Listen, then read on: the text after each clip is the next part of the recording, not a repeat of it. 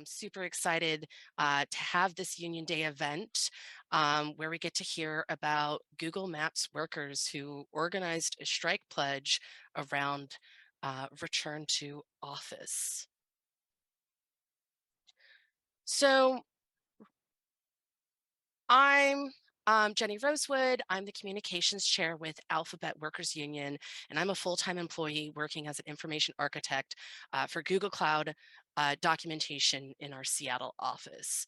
The majority of today's Union Day event is a moderated panel discussion, but we'll save time for questions at the end. I'm just going to start us off with a brief intro about why these workers are critical to Google Maps and critical to Alphabet's success. So these workers are our coworkers, and they were hired by Cognizant to provide critical infrastructure work to Google by constantly updating and growing Google Maps. They were tasked with updating Google Maps. They ensure that every political border is correct and up to date.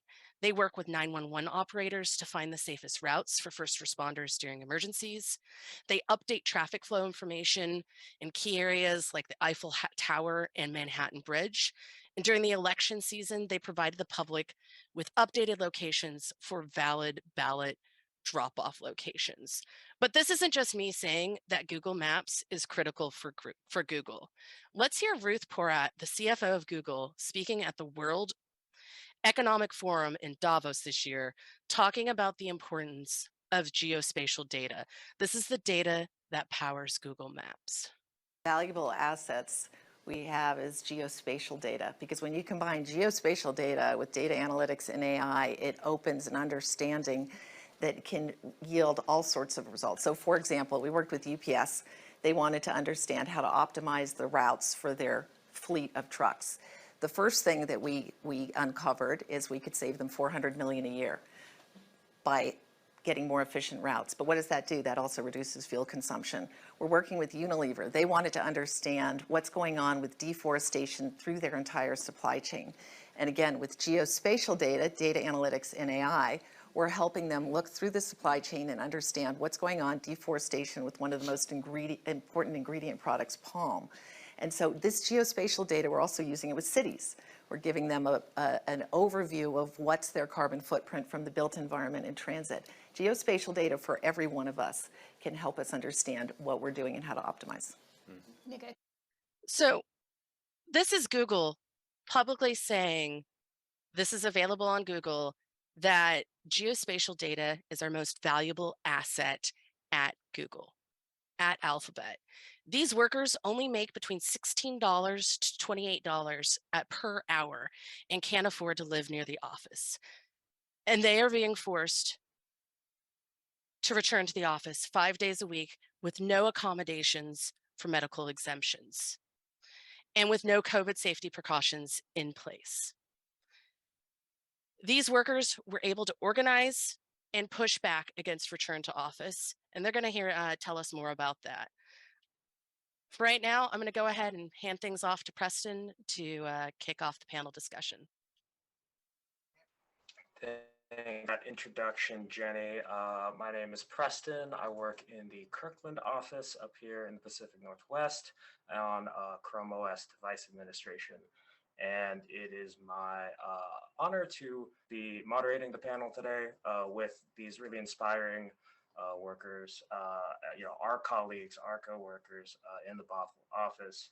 And so, like I said, Preston, he, him, and I think what we'll do, we'll just go quickly through the panelists to introduce themselves, and we'll start with Shelby. Go ahead. Well, hi, I'm Shelby. I'm a trainer and policy specialist out of Bothell. So whenever we get new hires or someone needs training on the tools, I handle that and help guide policy for the rest of Google Maps. Tyler?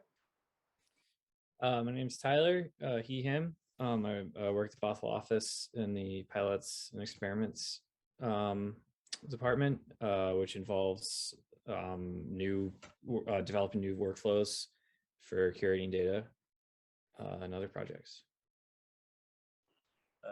Great. Rachel? Hello, Rachel. I am also a pilots and experiments worker. My pronouns are they, them, and I've been here for over 5 years on and off. Storm? Hi, I'm Storm, she, her. I'm a maps operator for compounds, addresses, roads. I've been here for almost 5 years. I'm also a backup lead and also do some research for COVID, which me and my two coworkers are the only ones in the whole United States that does that. Yeah, so my main thing is I verify addresses and help the team out. Great. Quinn? Hello, everybody. I'm Quinn. I use he, him pronouns. I am a quote unquote sub team lead for the 3PPO team. Essentially, what we do is we work with a lot of external data and try to get partners' data onto Google Maps. Awesome. And Jonathan? Hi, my name is Jonathan.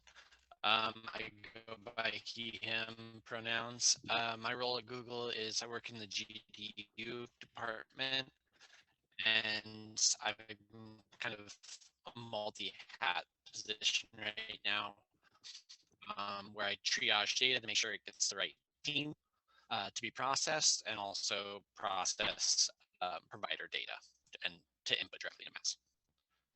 And I've been there for about a year. Awesome. Thank you all for that introduction. And yeah, let's just jump right into it. I'll start with Shelby, who has been one of the organizers involved on the Pacific Northwest Organizing Committee. And I think they're in the best position to just kind of give us a brief overview of this campaign. So go ahead, Shelby. Brief overview. So we've been working from home for the last 2.5 years, right? Pandemic started, wasn't really expected by anybody. We got sent home, and after a couple months, all of our work was transitioned to working from home. And that was going fine until things started to open back up, and then Cognizant started sending out all of these surveys and emails about, how much time of notice do we need, what's going to happen for us, what do we require to go back into the office. And we were promised a 90-day notice, right? We got 39, I think. And so at day 39, they send out an email to everybody saying RTO is happening on June 6th. So everyone's upset, push back on that. And they basically say, get a new job if you're unhappy with it. And that is sort of their party line for every complaint. And so, yeah, was working with AWUO and trying to organize the office already. And this was a really great subject to organize around because it affected everybody, at least somewhat. And in mostly negative ways, as we had people, in New York that they were expecting to move to Washington for a job that pays them $17 an hour. Right? It's just not feasible. So we started a couple of email campaigns, started gathering some people, put together a strike pledge, and eventually, after a lot of pressure from us and the media, so probably Google as well, we got the date pushed back by 3 months. That is awesome.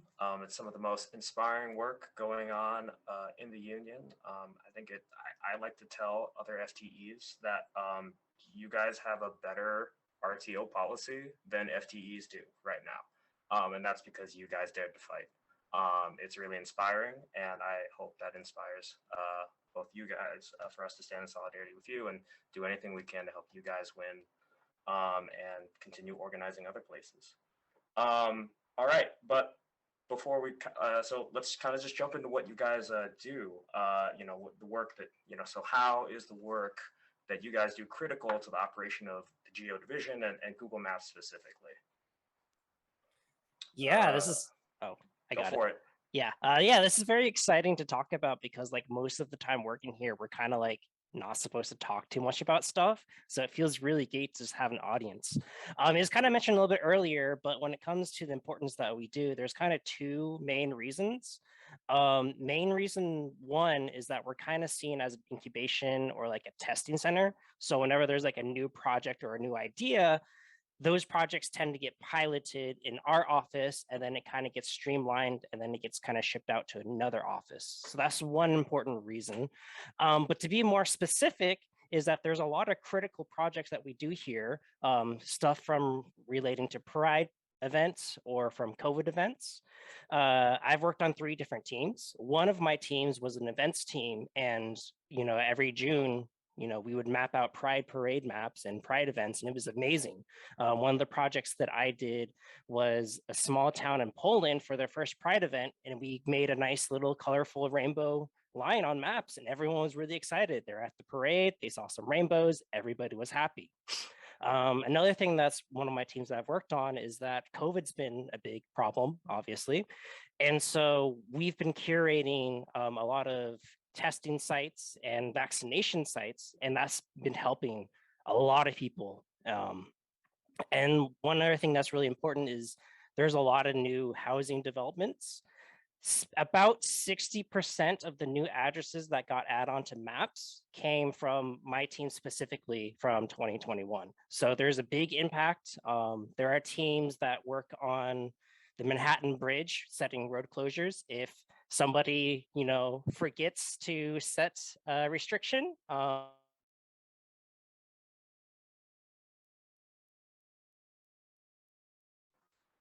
Did we lose and just Court? everyone around. Oh, did I cut out there? Yeah, no, you're good. Keep going. Yeah. Yeah. So then one other thing that's important is that we have people who edit around really important structures, such as the Manhattan Bridge. If someone forgets to do a road closure, routing in New York is just messed up. There was one time that there was a bridge in London that got, someone made a mistake, and we had to go fix that. So yeah, the edits that we do reach our users, they reach everyone globally.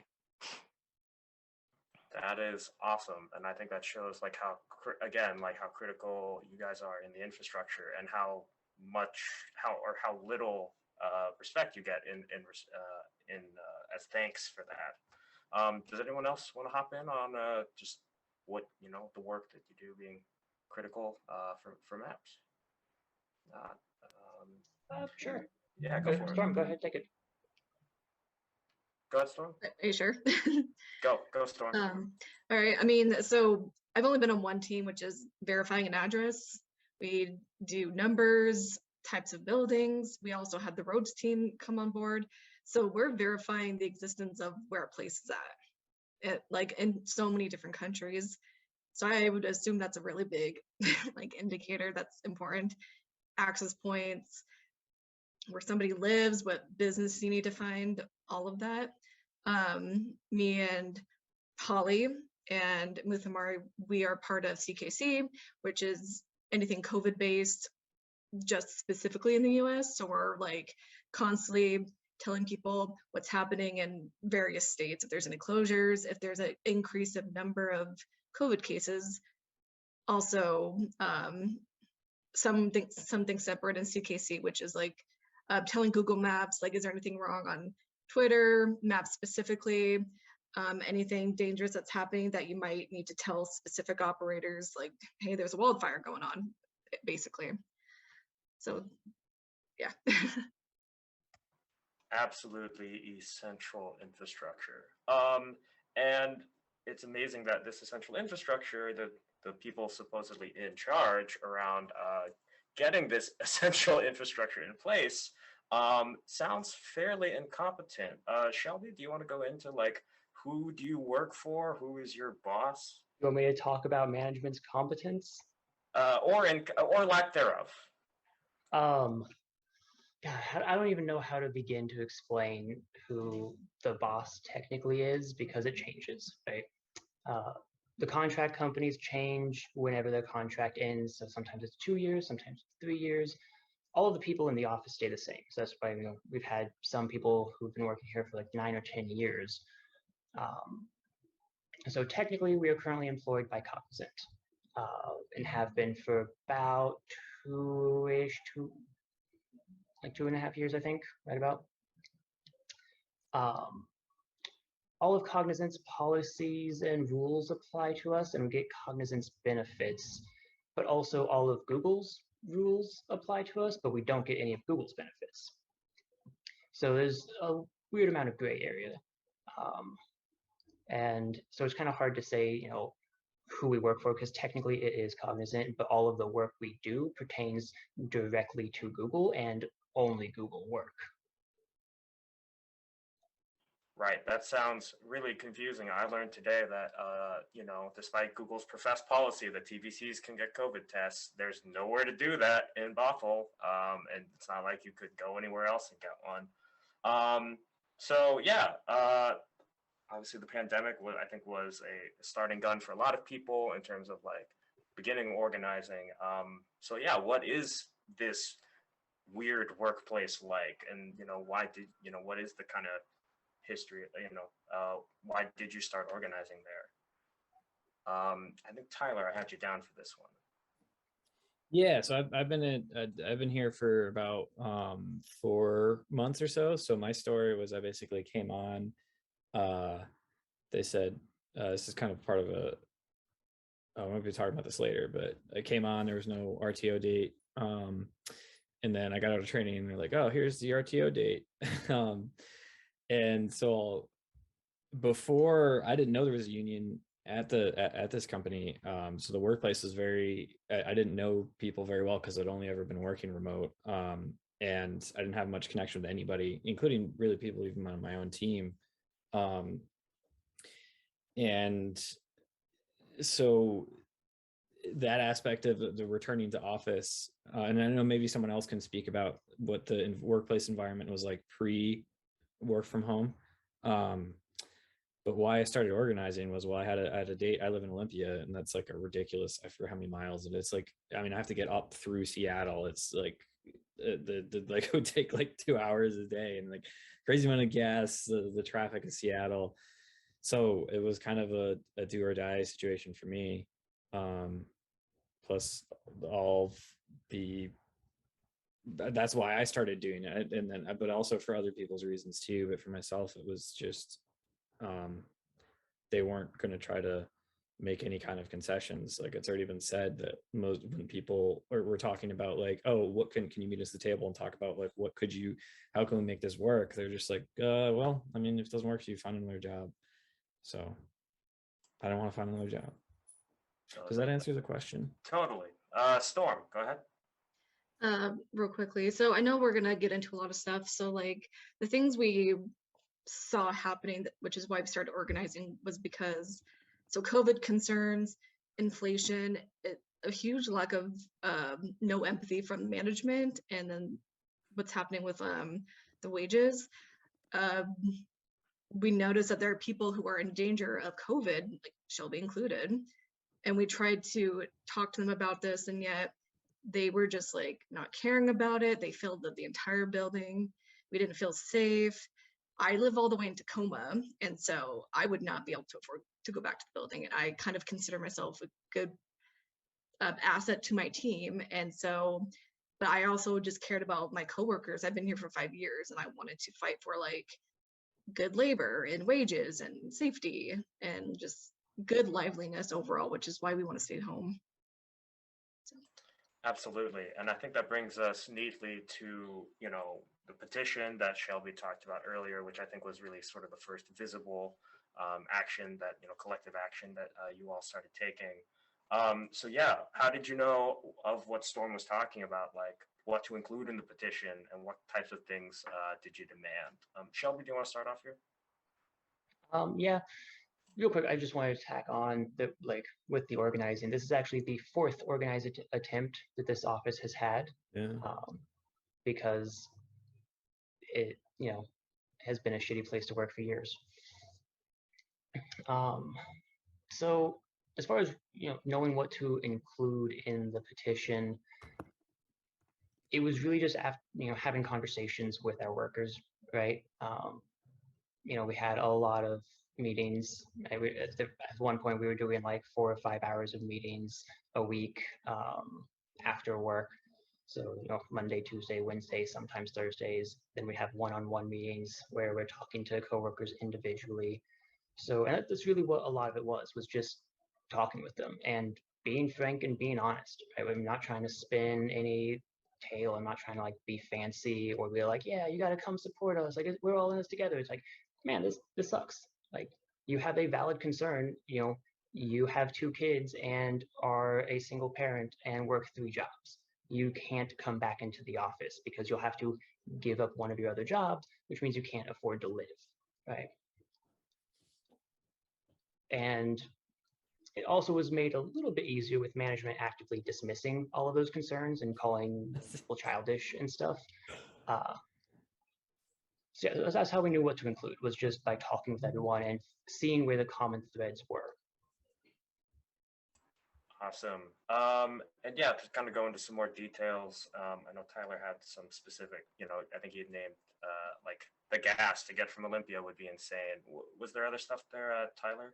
Yeah, I mean, so for me specifically, it's the gas, and also I think it's important to highlight with that too. Like, it doesn't make sense. I have a place here that it's good. It doesn't make sense for me to like try to find another place up in Bothell for the amount of money I'm getting, because like the my paycheck would probably be eaten, a huge chunk of it would be eaten up by rental, and that's my personal reason. But the others that like kind of really like struck with me and that like kind of naturally fell into place for the petition were one was childcare, with like talking to people who have children and they're home, and being able to work from home. You can sort of be there for your kids. So you don't necessarily need to have childcare in the same way all the time.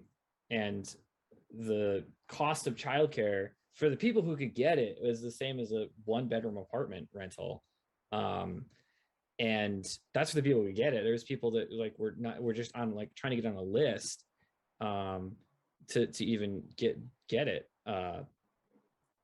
To even get childcare, they couldn't even get it even if they could afford it. So that was another big one, was childcare. Health concerns was another one too, like for people who are vulnerable, have health vulnerabilities to COVID, and also for people who caretake for people who have health vulnerabilities. Like those are also natural things that, like, even if it didn't directly affect you, it's like you're seeing your coworker get slapped in the face about that. Like they're like, I'm afraid for my life. Like going to work, like I can't deal with that. Like I don't want to speak for other people, but that was a big reason for me. Like that had to be part of it. And also that I was told that return to office wasn't happening like soon. I was hired with like, oh, there's no return to office date, and I know Rachel has something like specifically to say about like, or she might bring sorry, they might bring that up, but I didn't have a date, and so then as soon as I get out of training, I have the June 6th date, and there's no real communication about it, and there's no real they weren't doing anything. They were just trying to run out the clock basically. So I think those are the big ones. I don't think I've missed anyone. Also the work office, that I haven't been to the office, but it's apparently it's gotten just even more crowded since the past. So and it didn't really seem like they were too interested in addressing that either in a meaningful way. So those were the big reasons for me personally. Absolutely. Answer. Yeah, to keep things moving along, because there's a whole lot of stuff Sorry. for us to get. No, you're great. It's just I wish we had like 8 hours or something. I don't know. Maybe we'll record a podcast or something. But to just keep things moving along, like speaking of that slap in the face you're talking about, like that management just was not listening seemingly at all. They supposedly were going to have some town halls, which is, Google loves to have those too, to explain away their bad decisions. So Jonathan, do you want to jump in and just talk about this first town hall that they had, and then we're going to push back? And Yeah. So pretty much I believe we sent out our petition, and then the New York Times article dropped, And then they sent out a notification saying we'll have a town hall on May 24th, I think it was. And they canceled it the night before the town hall. And they pushed it back to May 31st. And RTO is, I think, what, June 6th, June 7th at that point. So there's not a lot of time left. And they want to address our concerns. So they sent out a document to get ideas about what they can talk about at the town hall, because the first town hall, they didn't have enough information. However, after they announced RTO in April, they sent out surveys and everyone filled them out, voiced their concerns so that management would be prepared to answer them. And fast forward again to the town hall, they had to cancel it, redo all the questionnaires, and then comes the town hall.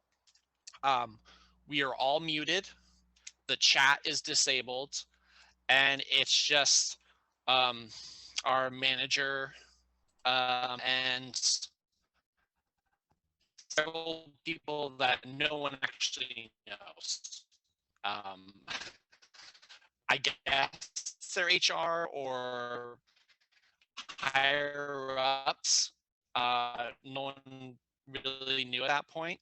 And it was just a session of them reading off a document. And then at the end of town hall, they gave us that document, which seemed redundant and like they just wasted an hour of time. And a lot of the answers didn't help. And a lot of what they said was very patronizing. And they called Google paranoid at one of the town meetings because of their COVID policies. Yet in the same breath, they said they're following Google policies. It's just a lot of confusing information and very frustrating. And they didn't really give us much of anything. It was a lot of fluff and look at our benefits page. So we were all pretty mad at the end of that. I personally joined the union after that meeting because I just couldn't take it anymore. Yeah. Yeah, no, Keep that going, is, but no, that's someone else absolutely see that? frustrating. To just be told that you're going to a town hall that you can't speak at and you can't chat in, and your only recourse is spamming a Q&A. It turns out Rachel, from what I understand, was actually in the building during that town hall. And yeah, if they want to come in and talk about that. Absolutely. Yeah, I suspected that they might try something like muting the chat because we had seen that that function could be used before. So I went in, I sat down, I observed their behavior before the meeting started, during the meeting, and actively pointed out to our boss, Wilner, during the meeting that they weren't actually answering our questions.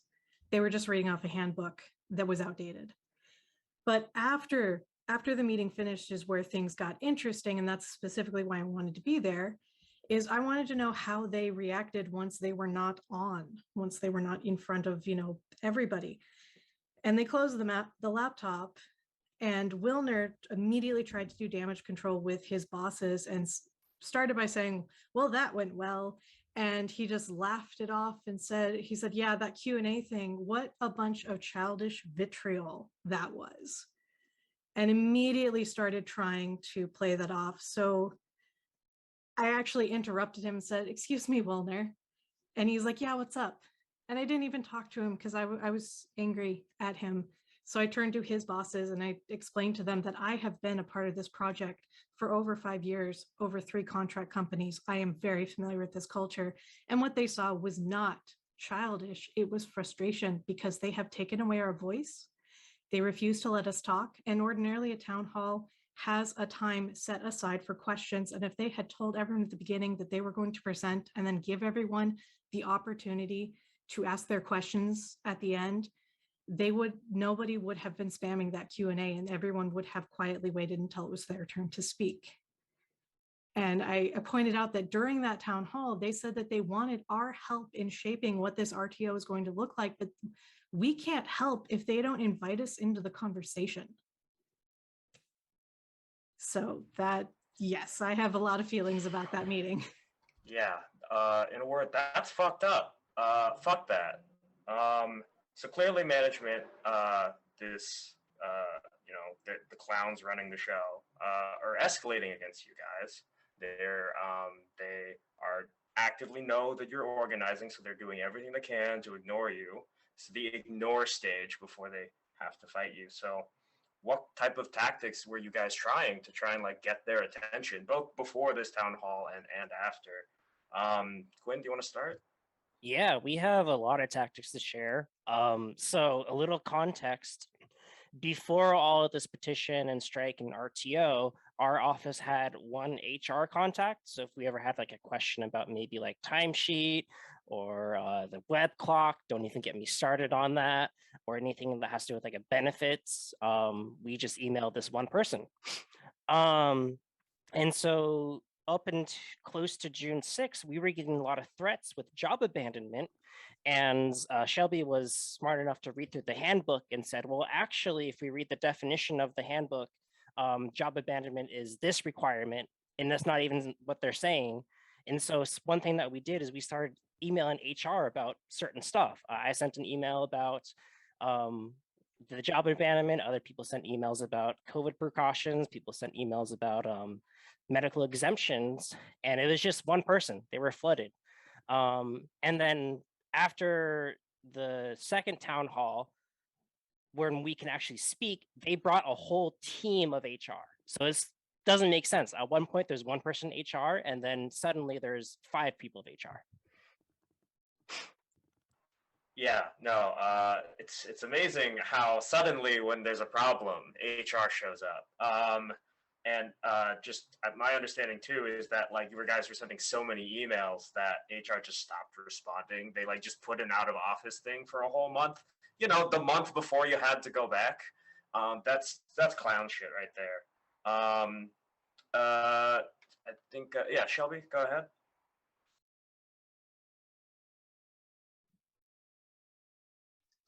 There we go. Just to answer in the chat.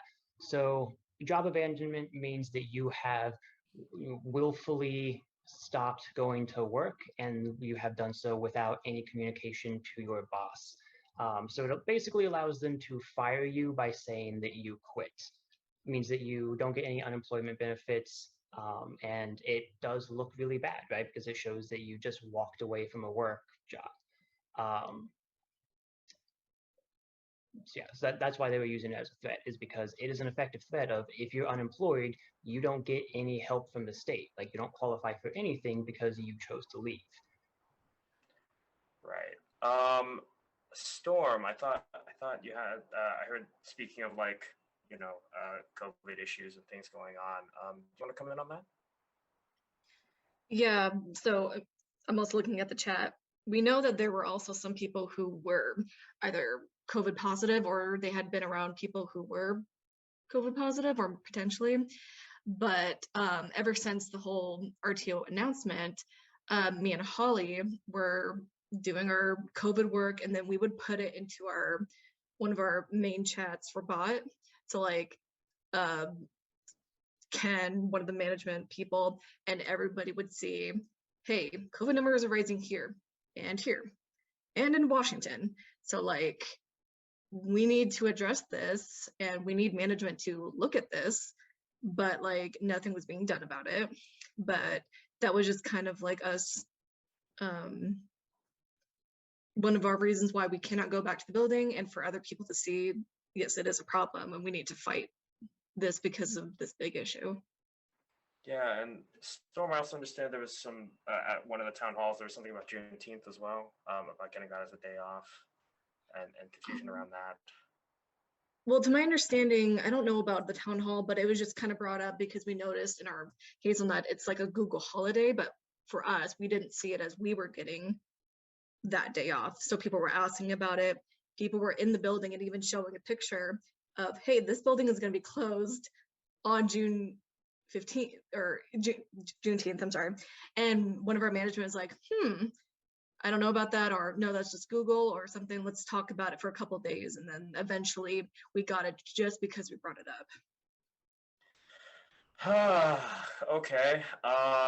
Speaking of better forms of communication, Rachel, do you want to talk about how you were communicating with everyone in the building? So our email campaign was to, one, alert our bosses to the fact that we wanted to have these conversations, but we wanted to do it in a way that, one, it didn't pin any blame for retaliation on one person. So we all sent an email around the same time with the same subject line that everyone modified to be personalized so that it wouldn't be collapsed into a thread of emails on the receiver's end. And that's something that we did to let them know, hey, we are here and we want to communicate. And we also updated our coworkers on active steps that we were taking in case they didn't hear about it from the grapevine. Yeah, that's awesome. And there's so many things that like we had this plan for like all the awesome escalations that everyone did that we just don't have time to get to. We got like everyone who signed the petition got added to a group chat so people could coordinate. People were changing their pictures like on corp to like show like to show solidarity. And they tried. Folks at Google tried everything to get management's attention, to get them to fold, and it just still wasn't working. And so, sort of a leading question, but why did you choose to escalate to this strike pledge? Rachel, do you want to take the first crack at it? Yeah, and that's exactly it. They were ignoring us. They were trying to shrug us off. They were trying to say that our concerns were not concerns. They were personal problems. So we needed to escalate things in order to show them that we were serious and we were not bluffing, that we were willing to strike. So that's why we sent out a mass email saying that we are calling for a strike vote. Yeah, and that seemed to work. Yes, absolutely inspiring. And I understand people were like Shelby mentioned, people were being pressured to quit. Some had already quit. And so it was really like a sink or swim moment, just with management constantly ignoring you guys. But taking a strike pledge, it's a strike vote. That's a really, it can be a really scary moment. I think a lot of people, like when we talk to them about, the union, people are like, oh, does that mean we'll ever have to strike? But how did you guys know that you were ready for a strike pledge? Storm, do you want to take a first cut? I mean, right off the bat, before I learned more like information, like as soon as there was RTO, a coworker of mine, they sent me a text. I'm like, yeah, sure. What do I have to lose, And then also Holly sent me the other one because I literally could not afford to go back to the office. Like I would have to quit. And like it was just gas issues, but also COVID issues because my mom she's susceptible to that, and I don't want to take her back to the ER after I did that this year already. And so I had to fight for a lot, basically. So I was ready immediately. Absolutely. And yeah, those one-on-one conversations, talking with people who had signed the petition, turning people out for, organizing meeting after organizing meeting, really inspiring. So Shelby spoiled it a little in the chat, but as soon as you guys let management know the Friday before you were all supposed to go back to the office, suddenly, like 90 minutes later, in a record time, apparently for Cognizant, they were like, oh, okay, 90-day extension. Holy shit. All right. We don't want anything to go down. So how did that feel? Like, that's like, after months of just management shrugging you off, like in 90 minutes, like, yeah, who wants to start? Like anybody. It felt. All right, Quinn, go, Quinn, go. No, I'll have Tyler after the limelight. Go ahead, Tyler. Yeah, it was like the email was like the most satisfying. Strike vote was like the call to the strike vote was like the most satisfying email I've ever sent, and just seeing everybody else do it at the same time, that was like, it felt so good. And seeing that come in, it just felt great. It was amazing. Seeing that like you're poking them and I just keep trying to wait out the clock, just being like, well, I don't know, we'll see if we can do it or whatever. And then just to finally see them budge and do it so quickly after we weren't even announcing a strike, we were announcing a vote to strike. It was a very validating moment, and everybody, it was really fun being in the chat that we'd made workplace or one of the big ways we organized was having a chat together and getting workers onto the chat, and just everybody reacting to that was just so fun to see that happen together. Yeah, it was such a joy to just even hear it secondhand. Quinn, do you want to go on that and also talk a little bit about what it's been like since that win? Yeah, so like when we got the email saying that the RTO got extended, it was at a weird time. It was like at 11:21, which didn't seem like a planned time to send an email. And it was really exciting. It was so exciting that I grabbed some of my coworkers to just go into a video chat and be like, yo, we did this. Like, we actually did this. And then one of our coworkers was out of the office. So then I called them while we're on the video call, and we're just like kind of screaming, we did it. And it was like, it's like kind of like when you finish a marathon. It was fantastic. A few things to note though, like afterwards, there's been kind of some weird feelings. So shortly after we kind of sent the petition, there were some days where it was just oddly quiet. People weren't really talking in the chats. Management wasn't really saying anything. It was just like dead silence, and that just felt kind of eerie. And there's actually been a little bit of retaliation. So I got invited into a meeting with my pod manager and my pod lead, and they were telling me that like, hey, Quinn, that last team meeting, you can't talk to RTO with these people. We don't appreciate that you started talking about pay. And so it's just kind of, I have a target on my back, and I'm happy because if they poke at me, I'm ready to fight. They don't want to pick a fight with me. Absolutely. I mean, I wouldn't want to pick a fight with any of you guys. But to go more into those like one-on-one HR meetings, Jonathan, do you have a story about that? Yeah, I wouldn't say I got heated, but I got assertive in the second town hall, where we did have mics on and we were able to speak. And I was outspoken, and I like to think well spoken. And I was hoping to cut through the BS of what they were saying, because there was a lot of, like politician like spin where a lot of words but it doesn't mean anything. And so there was an HR rep there who said, if you want to, let's continue discussing this after the town hall. We can do a one-on-one, and I can answer all your questions. I meet with her, and she was very amicable, very friendly. But as she felt she was building rapport, she started to get more firm and basically tell me for all my questions, like, that's just the way things are. It's contractual. We can't do anything about it, or that's out of my scope. I was asking for things like basically like prove to us that you've been managing us in good faith. And how are you going to take care of your workers? Just several things basically for all of our group efforts, all our group needs. But she was very emphatic about what's your individual need. I don't want to talk about the group. What is your individual need? And she's basically trying to create a roster of each individual, what their issues are, and basically assess the likelihood of them leaving the company or staying for RTO. And so it was nice that I got paid to chat with someone for an hour. Yeah, nothing like emotional labor of the threat of being fired for an hour.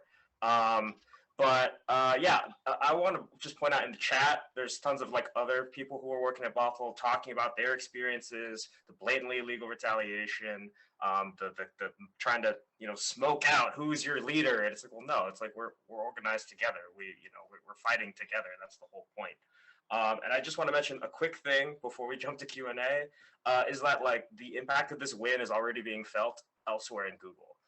There are contractors in Dublin who have already had their RTO pushed back, which is just incredible, inspired by the work that you guys were doing. This is an international fight. It's an international company, and we're going to take it to them. Again, I would love to go on for we should maybe actually record a podcast, but I want to let Andy take the stage here to run the Q&A here, so we can get everyone out on time. But yeah, thank you again, everyone on the panel, for the incredible work that you all are doing. So we've been spending a lot of time talking about Bothell, but what I want to tell everybody that this isn't just Bothell's story. This can be your story. This can be the story of Starbucks workers. This is the story of Apple workers. This is the story of bus drivers and shuttle drivers.